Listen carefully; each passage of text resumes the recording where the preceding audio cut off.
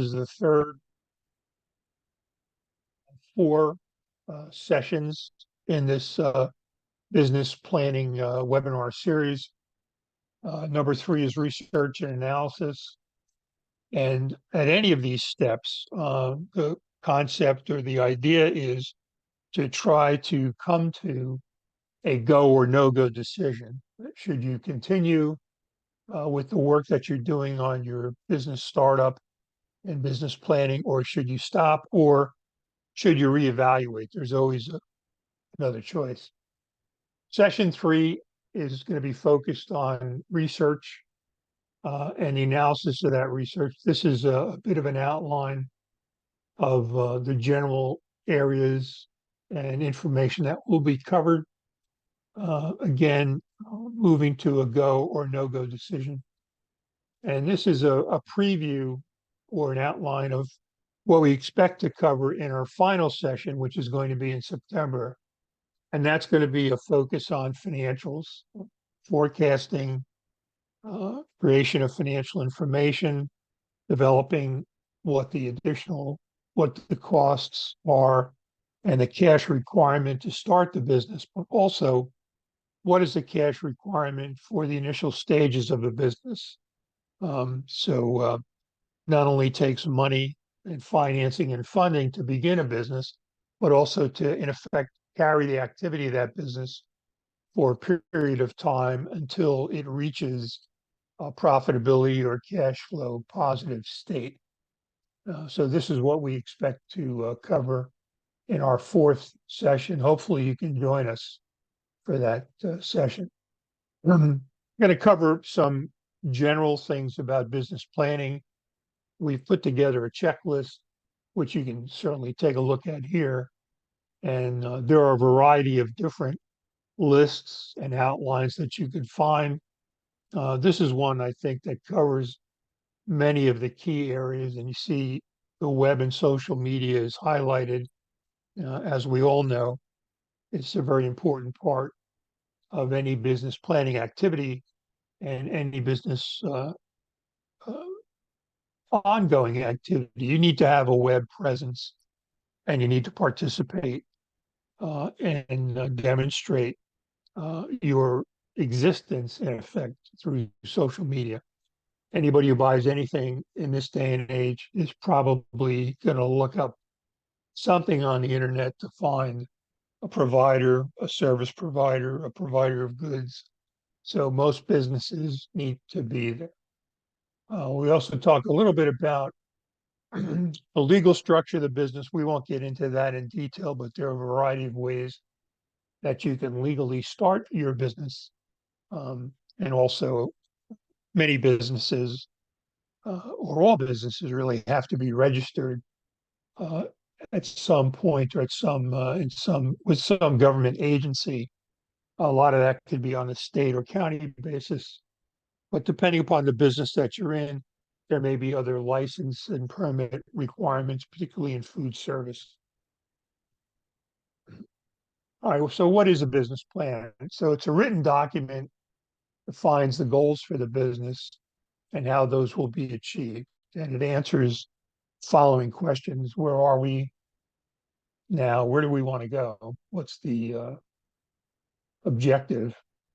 How are we going to get there? What resources, what funding, what activities do we need?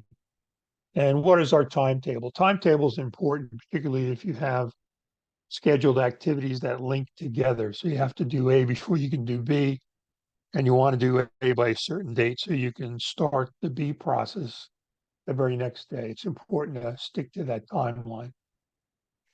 Who's going to get us there?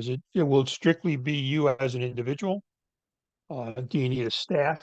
Is the business large enough to support other people getting involved? Do you have the talent and experience to be able to accomplish what needs to be accomplished within the business?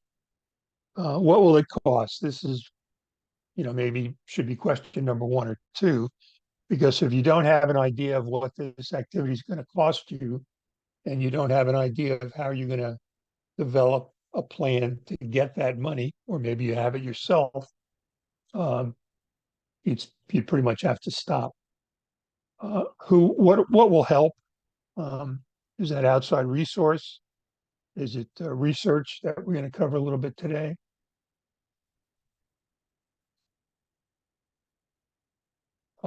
Again, back to the timeline. When will everything be accomplished? What do we expect as a result? Hopefully, it's to make money and generate positive cash. And then, how do we measure results? How do we know that we've accomplished or we are accomplishing what we expected to? Uh, and in many cases, that is going to be a financial measurement, but it also can be, other things. It can be customer satisfaction. It can be acceptance by the outside community. So there's a variety of things. We've used this schematic in our session program, and the planning process it's complicated. There are a lot of different steps. It can be confusing. You can see the arrows. Some of it is iterative. Do it once, stop, think, do it again. And each of our sessions, each of our segments focuses on different areas of the business planning process. So what we're focused on today is the research section and then the analysis of that research. We pretty much covered these other things in our previous um, webinars. And again, we're going to cover the financial aspect of all of this in our next session. Generally, what are the sections of a business plan? Again, there's a different lists that you can look into, particularly if you research this on the internet. But these are the sections that I think are important for any plan. And what we're going to touch on today, this morning or this afternoon, are the three items that are highlighted. So that's a little bit about industry analysis, a little bit about research sources, and then to support that research effort, you need to have the supporting documents or the supporting web references. Most important section to the business plan is the executive summary.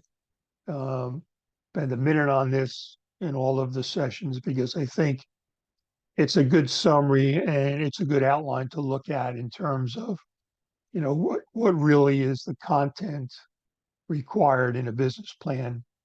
And then preparing a 1 or 2 page executive summary is also important. It's a review that your business plan information is complete. It's your 90-second elevator speech, in effect, in writing. Again, I would not go any more than 2 pages.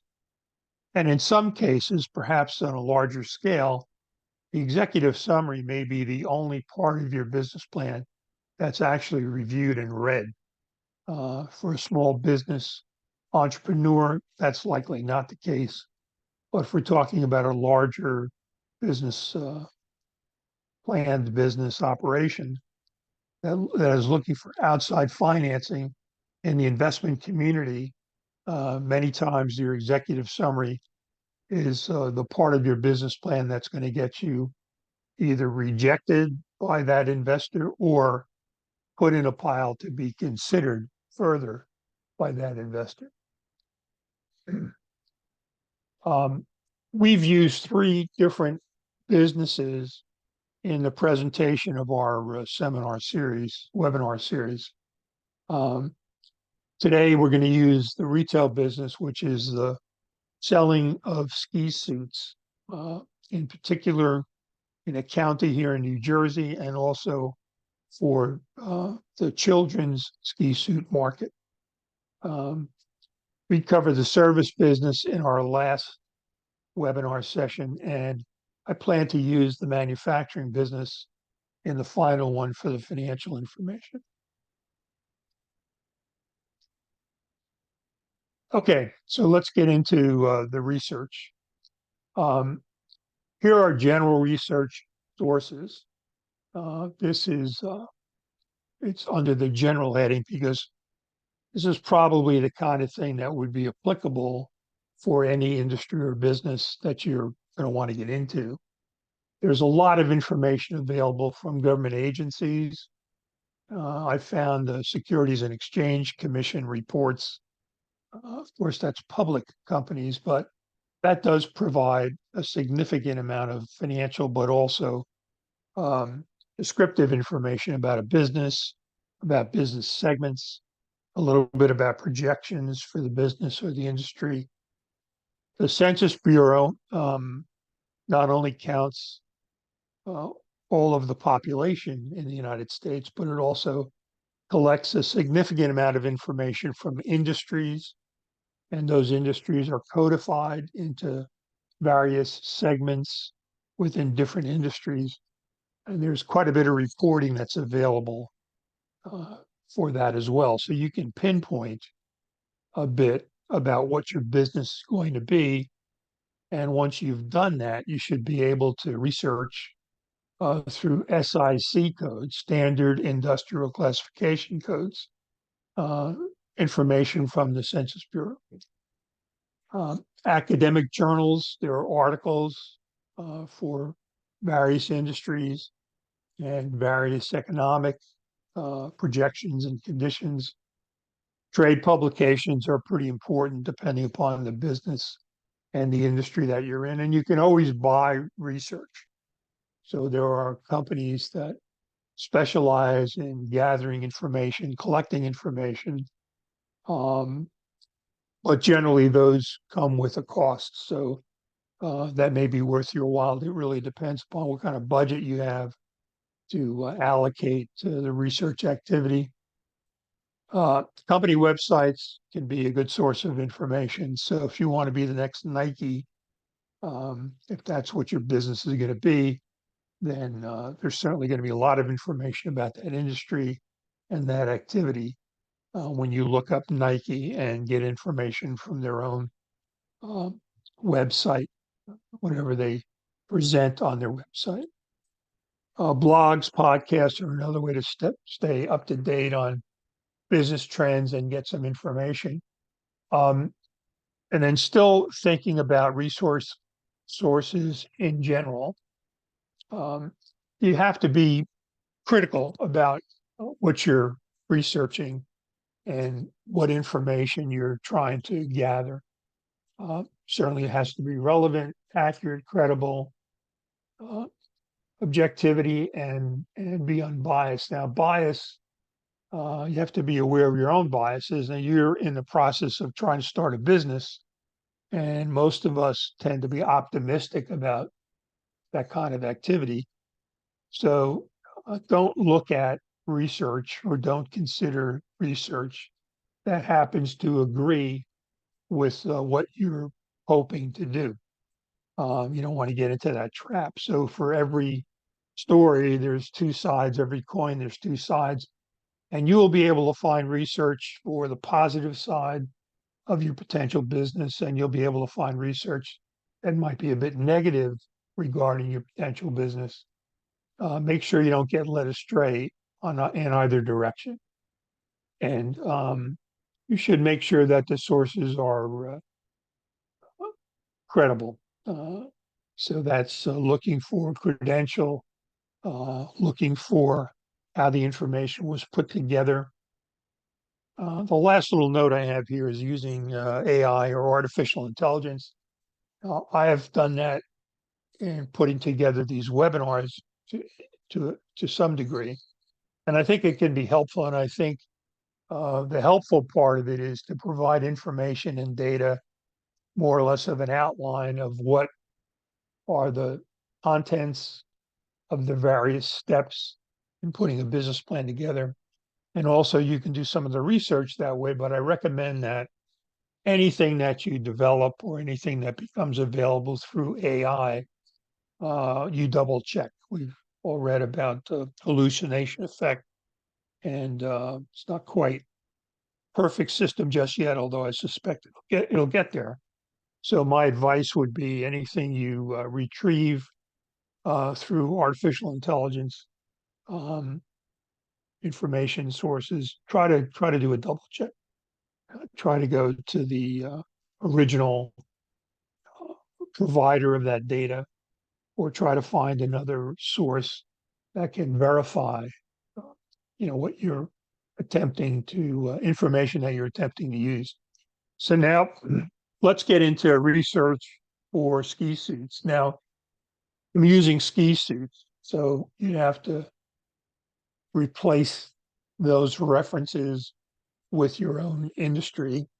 But there are industry associations uh, that can provide information on the ski industry, uh, just like there are industry associations that can provide information pretty much on any business.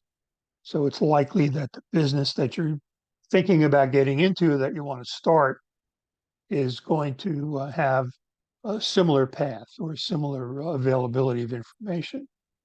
Then there are blogs connected to the industry. There are ski industry reports.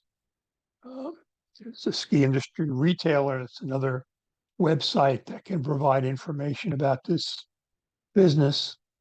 Um, Personal experience. Now, this is uh, a variety of things. So it certainly is communicating with others that are in the business to try to learn about the difficulties and what they've had to get through or go through to develop into something successful. Um, Particularly if you're talking about something that is bound by some geography, so you may not be able to speak with a competitor selling ski suits in Cape May County, New Jersey, but you might be able to have interaction with somebody in in northern New Jersey or Pennsylvania who is in the same business, because you're not direct competitors. Um, and then there's another reference here: the Outdoor Industry Association is another source for information about the ski suit business.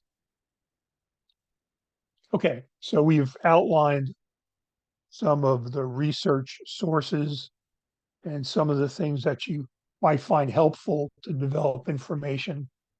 And now, what are you going to do with that information? And there are four basic um, analysis methods, or the methodology: uh, descriptive, uh, diagnostic, predictive, and prescriptive. So there are different ways that you can analyze information and data, and the four of them develop different results, or can develop different results that can be of value to you as you're putting together information for your own plan. So descriptive analysis might generate information about the number of skiers under 14, which is the target market that I've defined: skiers from 4 to 14. Diagnostic analysis could generate information about the growth in the number of skiers in that age group. So that would be an important thing to consider as you're contemplating getting into this business.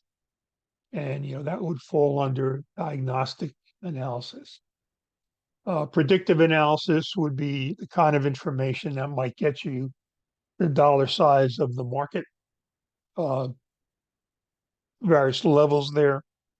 So in my process, it was the dollar size of the market in total in the United States. And I was able to break that down by state and then break that down by county. And so it gave me a pretty good indication of what the available market was within the geography that I planned to have my retail ski suit business. And prescriptive analysis uh, is, as it says, making recommendations for the future. So one of the things that I found is that the industry is trending to thinner technical or tech materials. I have a little bit more information later on, but so in looking at this business, I not only need to understand what's currently going on in the business and what the anticipated growth is, or decline if there's a business in decline, what's my opportunity, but also, what are some of the key things that are happening in the industry that I need to be aware of as we go forward. So what do I need to focus on? And the ski suit industry has been focusing on a bunch of things, but a key one is, trying to get the ski suits to be technically sound, but thinner, less weight, less bulk. Um, and I think if you're a skier and you've been skiing for a while, that's fairly evident as you see people over the years who have, and the nature of how their clothing has changed. It's pretty dramatic. Okay. So the next thing I want to talk about is the industry analysis, and I use this funnel as an example, and I use the phrase, make sure you're in the right church, right pew. So the key thing here is understand what industry you're in. So if I'm in the ski suit business, I may find that the number of flights from New Jersey to Idaho to ski might be an important bit of information, but that's information is in an industry that's really not pertinent to what I want to do. I'm not in the transportation industry. I want to be in the retail industry. And as I look for economic indicators, the size of the market, what the anticipated spending might be, I want to stay in retail and I want to probably drop down into consumer goods, which is the next segment of my the next stage in my funnel. And then within consumer goods, I'm in attire and clothing. And within that, I'm in children's clothing. And then we talk about product, and the product is ski suits. And then the last is the sales distribution method. How do I plan to deliver ski suits to my customers? Is it going to be online? Will I have a brick and mortar retail shop? Will I try to sell them through an existing retailer? Will I try to take up some space, in a flea market? I mean, there's a variety of different things you can do. I'm sure you're aware of those, but in understanding how I can drill down from a very broad retail industry line down to things specific to what I want to do, this is a good depiction of that. Okay, so how do we reach a conclusion? And I developed a grid of about 18 items to make sure that you can get enough information and do enough analysis and research to come to a conclusion. Now, we're going to focus on 5 of these for this session, the remainder of this session, and those are highlighted. We've covered some of the other ones in previous sessions, but I think to focus on the research and analysis, these are the 5 that I think become, the most important. The first thing is quality. So customer service in any retail business, any customer facing, becomes more and more important. Not only in the way sales people handle customers, but also, what are you providing? Suggestion here is that you need to have a pretty good selection of ski suits that you're going to sell. They're becoming more specialized, and besides the thinner materials that we talked about a little bit, focuses on insulation, waterproofing, breathability, um, and there's a greater demand for the ski suits that have some of this specialization, certainly designed for the market we're going to be in. Now, focus on quality. This is really the product itself. So you want to make sure that the things that you're going to sell are of good quality. That does not necessarily mean they are more expensive to buy. You should have good quality at various different levels of ski suits that you are going to sell. you can have good quality low-end ski suits, and certainly you would expect excellent quality if you're selling high-end ski suits. Um, there's an aspect here of safety, comfort, and durability, or all three of those, and that becomes important for this business. Um, the idea is to keep everybody warm and dry, uh, have to be comfortable so that when you're in the process of skiing, it's not a burden to be able to do that. And it should be durable, although children in that age group are going to outgrow the ski suit in terms of size, likely. But it's possible that, they could wear it out as well. So you want to make sure that your products from a quality standpoint are durable. Mhm. Now, how do you establish the market size? So, as I mentioned before, I did research to look at the total ski suit market in the United States, number of skiers, what's spent, how much, and what are the trends. Um, and then what's your target market? Mine was Cape May County, New Jersey, which is where I live. There are no ski slopes in Cape May County, but there are skiers. There are people who are buying ski suits and ski equipment. So there is a market for these products in my geography. And again, I'm focused on not necessarily beginning skiers, but skiers, children aged 4 to 14, which is going to be a certain size range. What is the competition in Cape May County? There are 20 retail outlets that sell ski suits. Uh, every Dick's Sporting Goods sells ski suits. So there's a lot of available places in my county, where you can get a ski suit. And it's important to understand that. Is the market saturated with suppliers? And that may lead you to a no-go decision as you go through your analysis process. And then, what is the projection? What are we anticipating? This is just some of the facts. Um, the industry has shown an increase in the last 5 years, and it's expected that the global market will be 1.5 billion by 2025. So this is certainly an area or a business opportunity where there is growth, expected growth.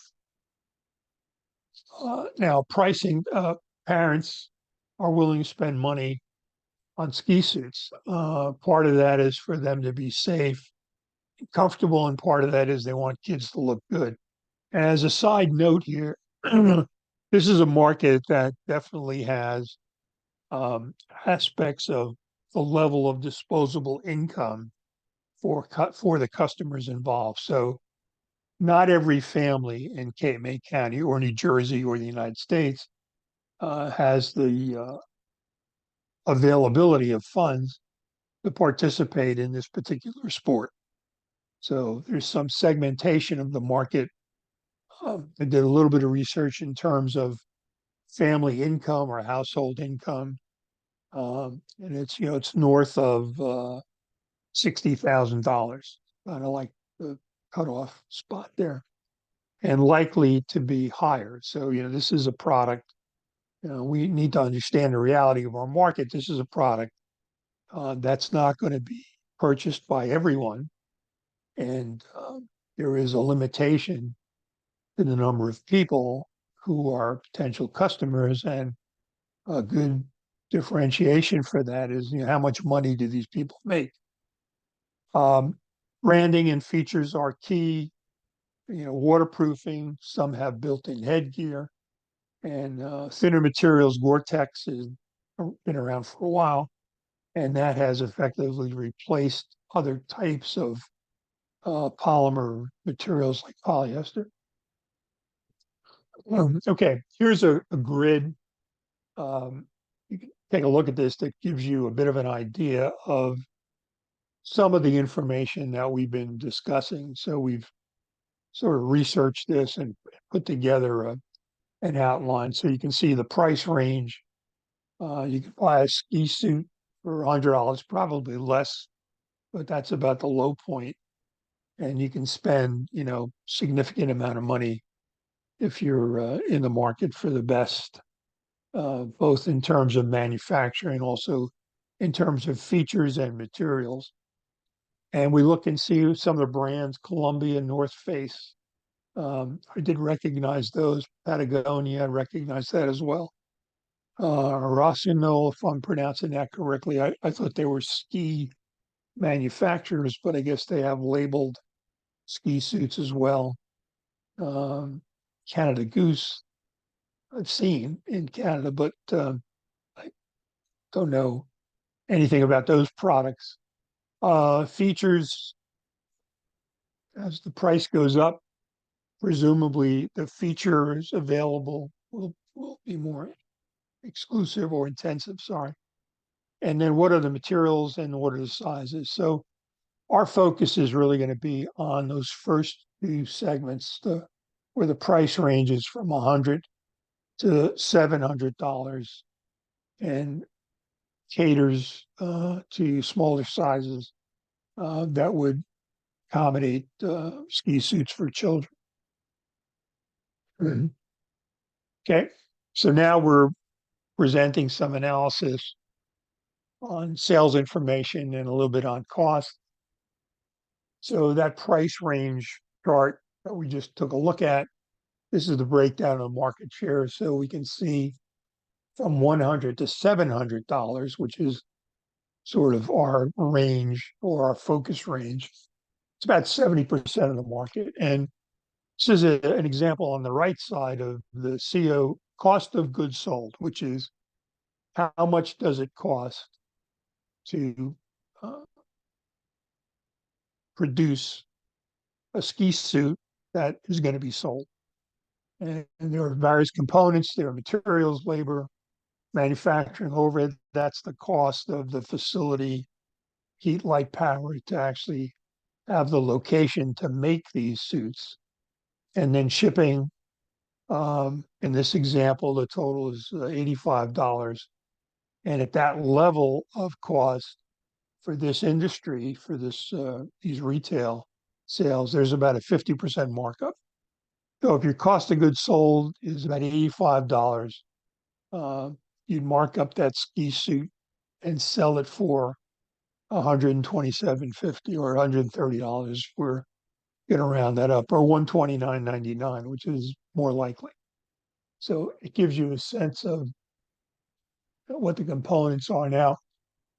If we want to get into this business, we want to start up this business, what's involved? Well, we have to find product source, do some quality tests, and then we'd buy inventory. We'd have marketing expenses, web expenses. We'd have to have some place to do this, whether we're putting them together ourselves or that may be retail space, some equipment, and then also some staffing costs. So if we hire people, and the margin is going to vary based upon the price of the suit. And just by way of example, quick example there, if you're selling a ski suit for over $1,000, it's likely that your markup is not 50%, it's probably higher. And you've got other things that are adding value from a customer standpoint to that suit. It may be the name, it may be the location where it's sold, it may be the status, but those people can generate a bit higher price, certainly than the ones that are being sold in Dick's Sporting Goods. Nothing wrong with those ski suits, but they're going to be probably more along the lines of a 50% margin. All right. Let's get off the numbers for a minute and talk about some of the other things. Branding. Again, the size of your business may influence this. Certainly, the Nike Swish is a brand, very recognizable, has all the good qualities, but is very, very expensive to maintain and to develop and promote. if you're selling a small quantity of ski suits, you may have a brand on there, you may have a label on there, but it may be a little bit less important. Um, but these are important things to look at, and perhaps uh, the size of the ski suit business doesn't give you the flexibility to focus on these as much, but they certainly should be looked at. They have a value. They're important. All right. So now, well, what is the success, or how do you measure the success, potential success of your ski suit business, and how do we get to a go/no decision? So financial performance is obviously the most important thing. So when we accumulate all of our costs and expenses, consider the startup costs and expenses, we need to project or be able to project that we're going to be profitable and that we're going to generate positive cash flow. Otherwise, why be in the business? Um, doesn't make financial sense. It doesn't really make sense. It may be something that you like to do. It may be more of a hobby, something that you're happy to continue to do, even though you might lose a little bit of money every month. But most people are looking to get a financial return. Sales is always a good indicator of your success. So you sold 10 and then the next period you sold 15. Um, that's a good trend or developing a trend. If you sell 10 and next period you sell 5, probably not a good trend. So sales is an indicator. And customer satisfaction. And this is something that, we can see becomes more and more prevalent.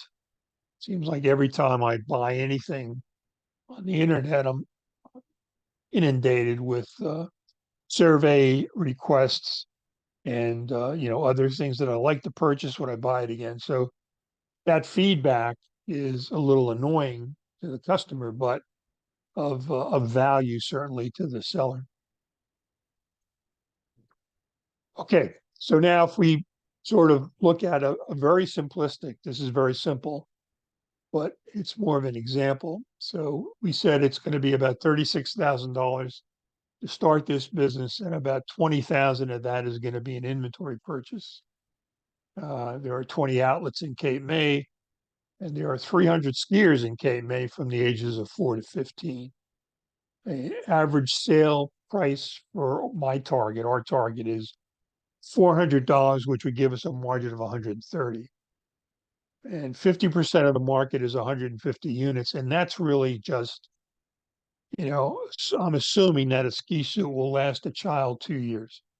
So each year, 50% of those 300 skiers could be in the market for a ski suit. So the total margin available is $20,000. The annual expenses are $22,000, which is a loss of $2,000. And to cover the loss and $16,000 of startup cost, not inventory purchase, but other things, I would need to generate a margin of 38,000 or get up to nearly 300 units, which not realistic, right? So this is a situation where there's a maximum available of 300, a likely sale every year of 150. There are already 20 outlets in Cape May that sell these products. And even if I get all 150 units, I'm still going to be a bit underwater. So this is a business that's going to need significant volume to be successful. So what do I do? Do I stop? Um, so I'm just going to leave this up here for a minute because I want to make sure we cover the balance of the presentation. So we're really at the point where we're doing a feasibility analysis. I think hopefully we understand the conclusion from the data that we've gathered and what our objective is, and that is this is a business in its current form. It doesn't really make sense. But a feasibility analysis is what is the core competency? Is my business going to be a large generator of revenue? Is it going to be unique, solving some business problem that's not uh, easily solvable by others? Do I have a product that you can't replace? And, is it very difficult to get into because there's a high barrier to entry? So that means it takes a significant amount of cash to get into this business. And if I go through those four things and look at my ski suit business, my ski suit business really doesn't hit any of those points. So I don't particularly have an important core competency that I can develop. A concept test is generally, get that product out to people, get some feedback. Um, and then, we sort of reach the point, stop and think, which I believe we've done. And the stop and think is time to revise or stop. It's a no go at this point. We talk about the major reasons for success and failure in a business. Planning is the most important thing. Okay, that pretty much gets us to the end of our session. Today was the analysis, and the next one, which will be September 27th, is on the forecast and financials. So I've opened it up now for if there are any comments that we can respond to. We have a few minutes left. Now, if you want to put your comments, we're using the chat function to enter questions and comments so everyone can see what you're asking or putting in.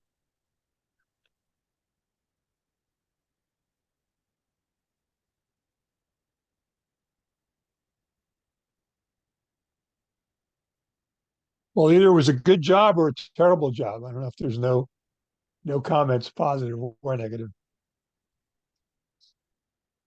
Yeah, we'll just give it another minute to see if anybody thinks of a question. I Sure. have put our Neil and mine email addresses in the chat.